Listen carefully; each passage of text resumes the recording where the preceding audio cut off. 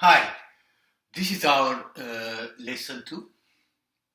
In our lesson 1, we discussed about the concept of real numbers.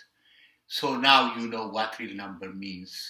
It means the entire universe, meaning from negative infinity to infinity. It includes all values. It includes counting numbers, it includes whole numbers, it includes integers, rational numbers, and irrational numbers. Today, what we'll be talking about is what do we do with this, with real numbers? So, meaning what? Adding, subtracting,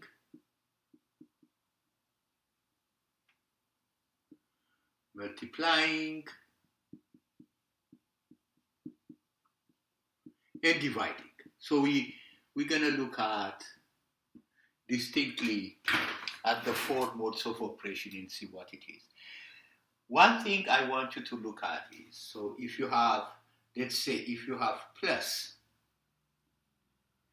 and if you multiply it by minus, plus times minus is always minus. You could reverse the order. Minus times plus is minus, is also minus.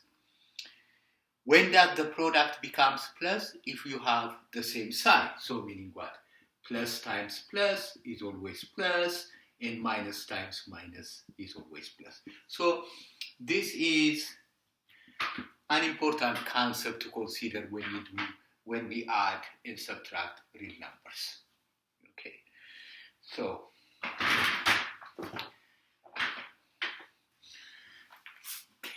just use this. Now,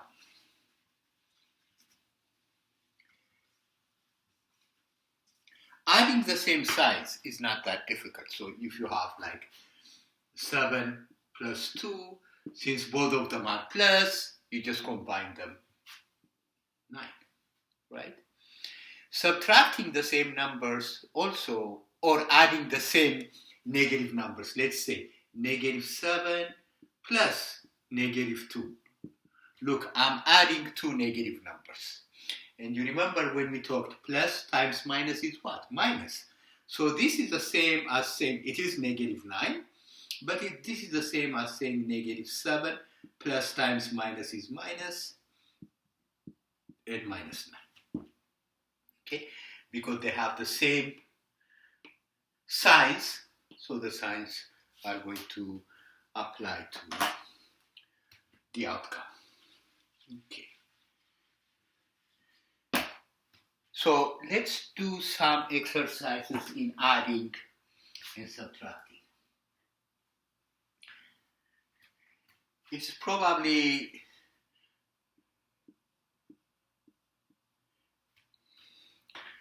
relevant to use fractions or the rational numbers. Suppose you are actually adding these 2 negative numbers. Okay, so there are steps that we need to take. Definitely the outcome would be a negative outcome. But as you know, when you add fractions, the denominators always have to be the same, right? So what is the least common denominator of 6 and 3? It is 6, because 6 goes into 6 1 times, 6 goes also into 3 2 times. So you're going to say, negative 5 over 6. Probably change this, plus times minus will give you minus 1 over 3. Now you want to change this one into 6. All you need to do is what? Multiply this one by 2. If you multiply the bottom one by 2, you also have to multiply the top one by 2. So your new fraction becomes 1 times 2 is 2. Minus 1 over 3, the same as saying 2 over 6. Okay. Now, because they have the same denominator, all you need to do is what? Combine the top one. So this would be negative 7 over 6, and then you're done, right? I'm sure you have seen this in school. Okay.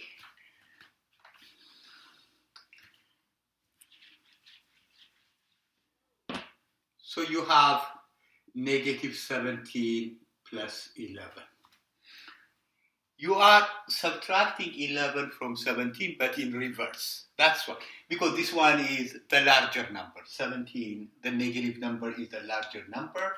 So negative 17 plus 11 is in fact negative 6, right? 7 minus 1 is 6. The only difference is what? The outcome would be a negative number. Okay.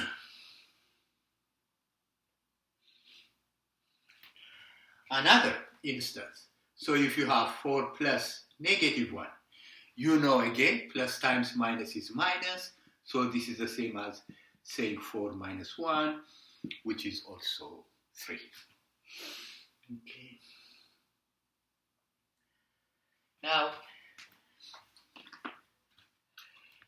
we're going to do a more rigorous example. And mind you, we're going to use associative property and all that.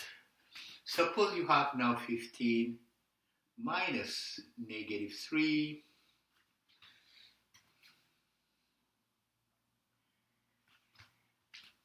minus 5 minus 12. Let's simplify this. And in math, always do not look at the final answer. Always worry what? What is my next step? The next step is you have two negative signs here. So negative times negative is always positive. So this is 15 plus 3 and minus 5 minus 12, right? And this makes it easy. Then if you do 15 plus 3 is 18, right? 18 minus 5 minus 12. Then you can go ahead. 18 minus 5 is 13, and 13 minus 12 is 1. So if you follow the series of steps, it's not going to be that difficult. Okay.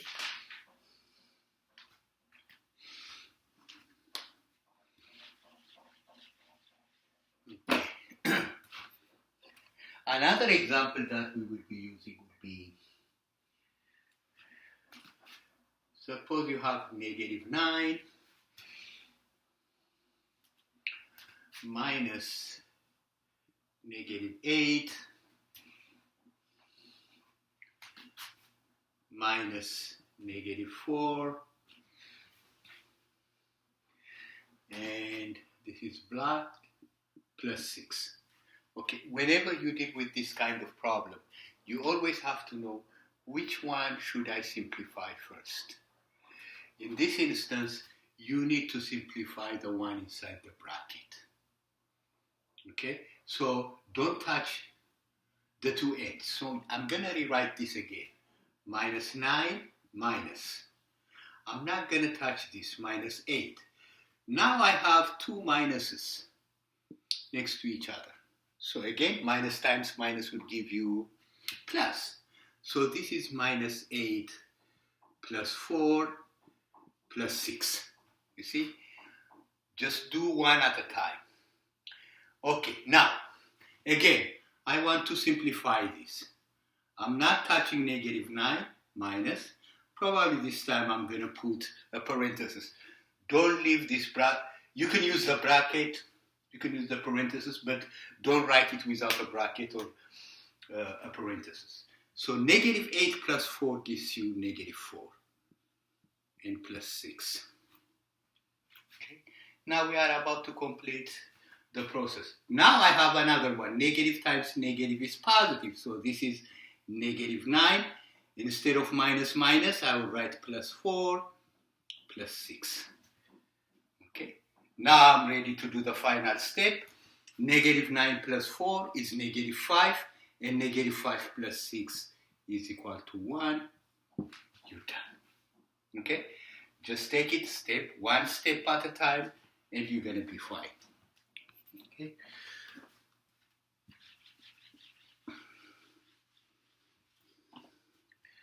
Okay.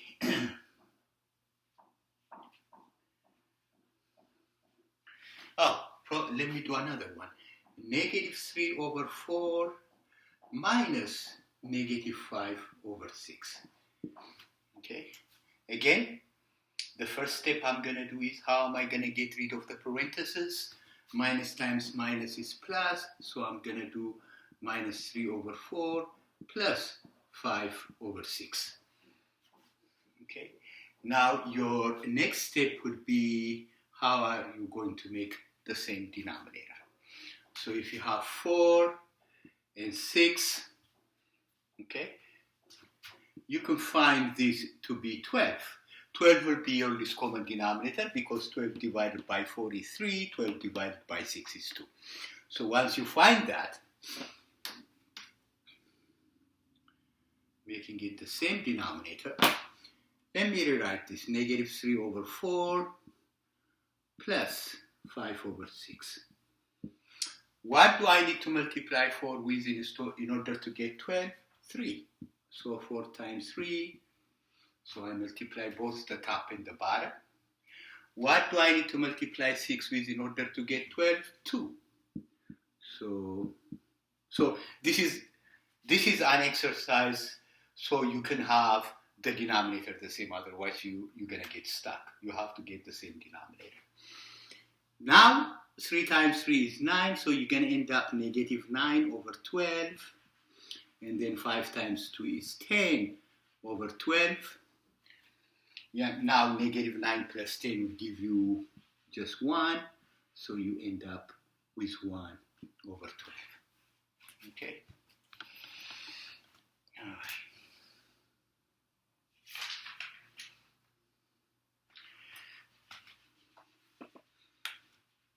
Okay, so that is basically the idea behind adding and subtracting real numbers. Know your fractions, know your denominators. Okay. Now, how about multiplication? So let's say negative 3 times negative 9. Right? So negative 3 times negative 9. Just multiply first 3 times 9. What is 3 times 9? It is 27. But you also have to multiply the signs. Negative times negative, you remember, we did what? It is positive, so negative 3 times negative 9 is positive 27. If I have 3 times negative 9, I'm going to go ahead and multiply 3 times 9, 27. But this one is plus, and I know plus times minus is minus, and minus 27. So that's basically the idea behind multiplying. Okay.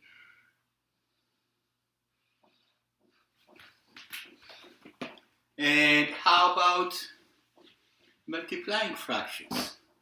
Multiplying fractions is not as hard as adding or subtracting them, because we don't need to have a common denominator. We just simply multiply each term. So let me leave the signs first. 3 times 5 would give you 15, right? And then 4 times 6 would give you 24. And negative times negative is plus, or you just simply leave it as 15 over 24. If you have 3 over 4 times negative 5 over 6, you know pretty well. So this is again 15 over 24, but we are multiplying plus times minus, so it has to be minus. Okay. Okay.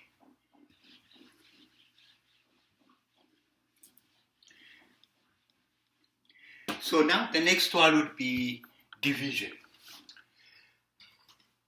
I want you to know the connection between division and multiplication. So if I say A divided by B, that means what? If I want to change this into multiplication, it is A times 1 over B. Or it is A over B, A divided by B. Okay. So, if you say 45 divided by 3, You can simply go ahead and use your calculator. You know you're going to get 15.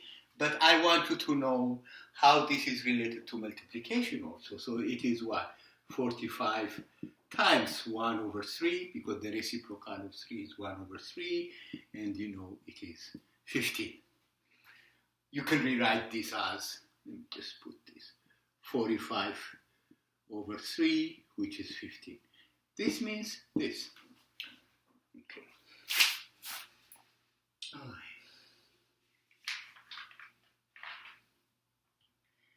Okay.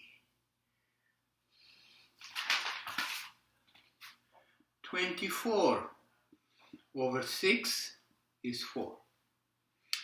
Negative 24 over negative 6 is also 4. But 24 over negative 6 is negative 4, and negative 24 over 6 is also negative. Okay? And let me see what other things that I have left. Probably going to look at. Yeah. So, and the last one we're going to talk about this, negative 2 over 3, and then it says 3 over 5. You're going to see this kind of problem. Don't freak out. It is, I'm dividing this number by this number. So you can read negative 2 over 3 divided by 3 over 5. That means this. Okay? But you want to change this into multiplication. You remember that A divided by B is the same as saying A times 1 over B. Use that concept in this one. Negative 2 over 3 divided by 3 over 5 is negative 2 over 3. Flip 3 over 5 upside down. It becomes what? 5 over 3. This means this. Okay. Then go ahead and multiply. Negative 2 over 5 is negative 10 over 9. And that's it. You're done. Okay. Let me do one more of this. It could also be presented to you